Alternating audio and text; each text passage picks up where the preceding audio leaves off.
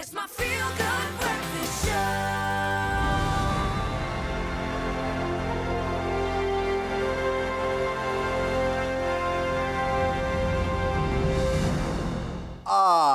Welcome back to it, your feel-good breakfast show. It's Expresso. We're live on S3. How's that? Law and order. Yes. Yes, indeed.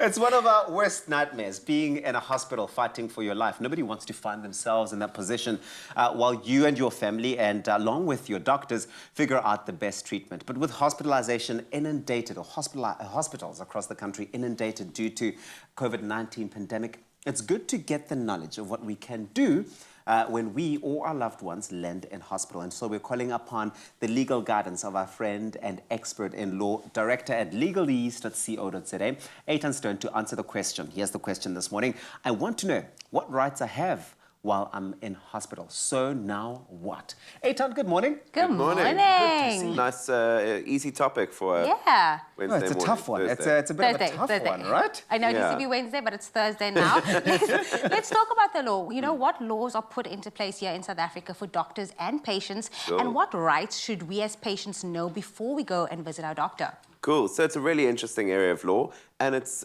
quite involved and quite complex because, you know, as you say, all of us are at one point or another in our lives going to land up in hospital or seeing a doctor, well, most likely at one point in our lives, going to land up in that sort of situation. So there are lots of laws that are involved, and it's always, like everything in the law, going to be a balance, right? It's a balance between our rights as patients to the best medical treatment as possible, and doctors' rights in that they have a very difficult job to do, and they need to keep us alive, and they have a risky job in general. So we're trying to balance the two things, and you're going to find the kind of laws that are going to be starting from our constitution to our right to good medical care, and then there's going to be specific laws around what like medical treatment, and then there's also guidelines for doctors.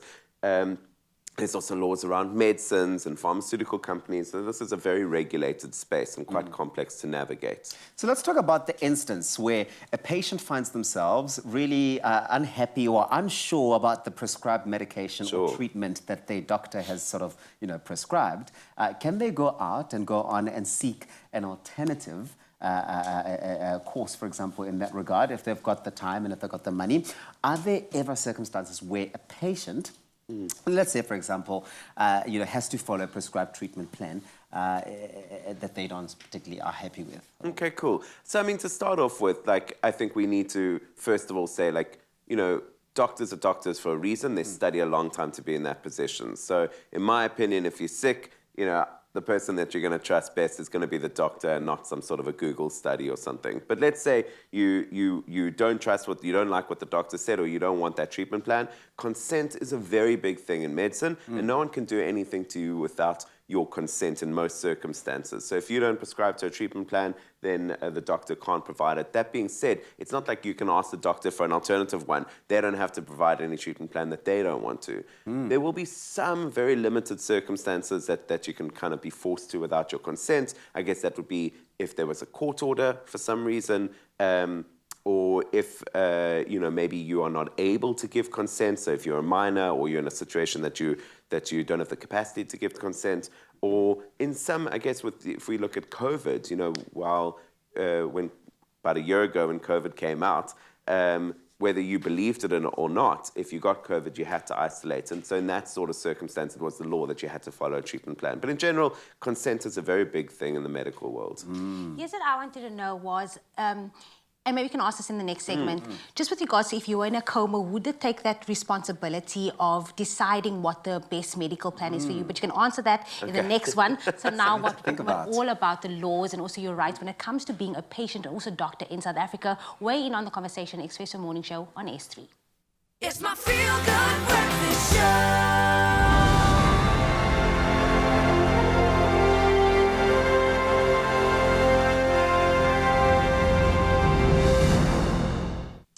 Welcome back. As we dive right back in, we're continuing our discussion with lawyer and director at Legalese.co.za, Eitan Stern, as he breaks down the legal ins and outs of the rights of patients and their families during medical care and hospitalisation.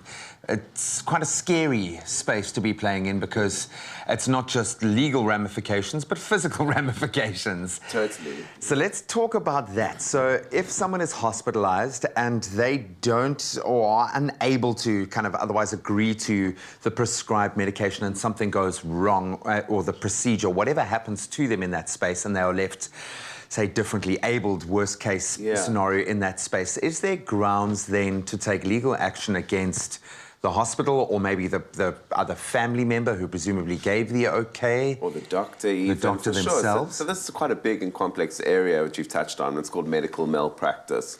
And, you know, if something goes wrong, if a doctor does something wrong and you get harmed or you don't consent to a procedure and you get harmed, sure, the doctor can be sued or the hospital can be sued or anyone that was involved in you getting hurt can be sued. But Presumably hospitals have big cover as well for this kind of thing. Doctors have cover. Right, and exactly, and you touch on a brilliant area there. So while doctors can be sued, we almost remember that, you know, this has become a bigger issue and doctors are getting sued more often because people have become, you know, there's access to the courts and people. This has become a lot more trendy. And what it does is essentially it means that doctors are now becoming afraid to practice, and that's specifically in the kind of there's certain areas of law that's more common. So doctors are refusing to practice in that space.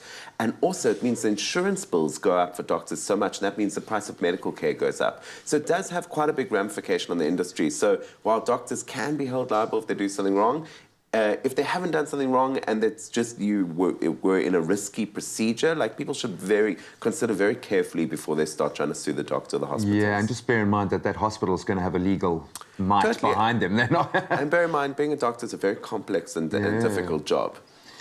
Organs. I'm an organ donor because I kind of feel like you have an opportunity to be able to save someone's life, literally. What happens if you're not an organ donor to your organs? It's a bit of a weird space. Who owns your body once it's no longer yours? Okay, so very fascinating and interesting space. And South Africa follows what's called an opt-in procedure. So to be an organ donor, you have to actually opt in to be an organ donor. If you don't want to be an organ donor, you can kind of do nothing, but in most cases, if people haven't opted in or not, the decision goes to their family, and you know the doctors will go and ask the family, if you're in an unfortunate circumstance to be an organ donor, the family will get asked, and your family make the choice. So if you don't want to be an organ donor, it's worth letting your family know, and certainly if you do want to be an organ donor, which I agree is a brilliant thing to be, then opt in. You can carry a little card in your wallet, or just tell your family that. And amazing! Imagine saving a life. Totally. I absolutely love that. Okay, very hot topic at the moment. Yes. It's V-Day. Everyone can get vaccinated now. The question is, can a doctor force you to get vaccinated? Is there a reality where we can actually say, all right, you have to other people's safety is at risk here? Totally. So it's a really practical example of this idea of consent in medicine. So no one can force you to get a vaccine. You have autonomy and you have to consent to all medical procedures, so you can't be forced. That being said, while you have autonomy to not get one, everyone has autonomy to decide how they act to you. So, you know, restaurants can start to refuse you entry, and indoor areas can refuse you entry. Hasn't happened in South Africa yet, but it has in some countries. You could be forced by your employer if you want to keep your job to be vaccinated. And the thing to remember with vaccines is while it is your own medical health, this coronavirus is a community disease that affects everyone, and if you're not vaccinated, you put others at risk. So, you know, while it is your choice, you must realize that your choice affects people around you. Me personally, when it comes to medicine, I trust what doctors and scientists say. So I've had both my jabs, and good for you, man. Yeah, I'll get my second good. next week. And I know there is hesitancy relating to the fact that there hasn't been a huge amount of testing done, yet we are so comfortable to put other medications in our body without even knowing what that process has been like. And this one, trust me, it's going to work. And I'm just looking at the examples set in countries in Europe where you can now go to a football game, go to a concert, you can do normal things, just get vaccinated. It's going to happen here soon. You can go and do it. Eitan, thank you so much. Tricky waters we navigate when it comes to our medical issues, but it is so important that you know your rights.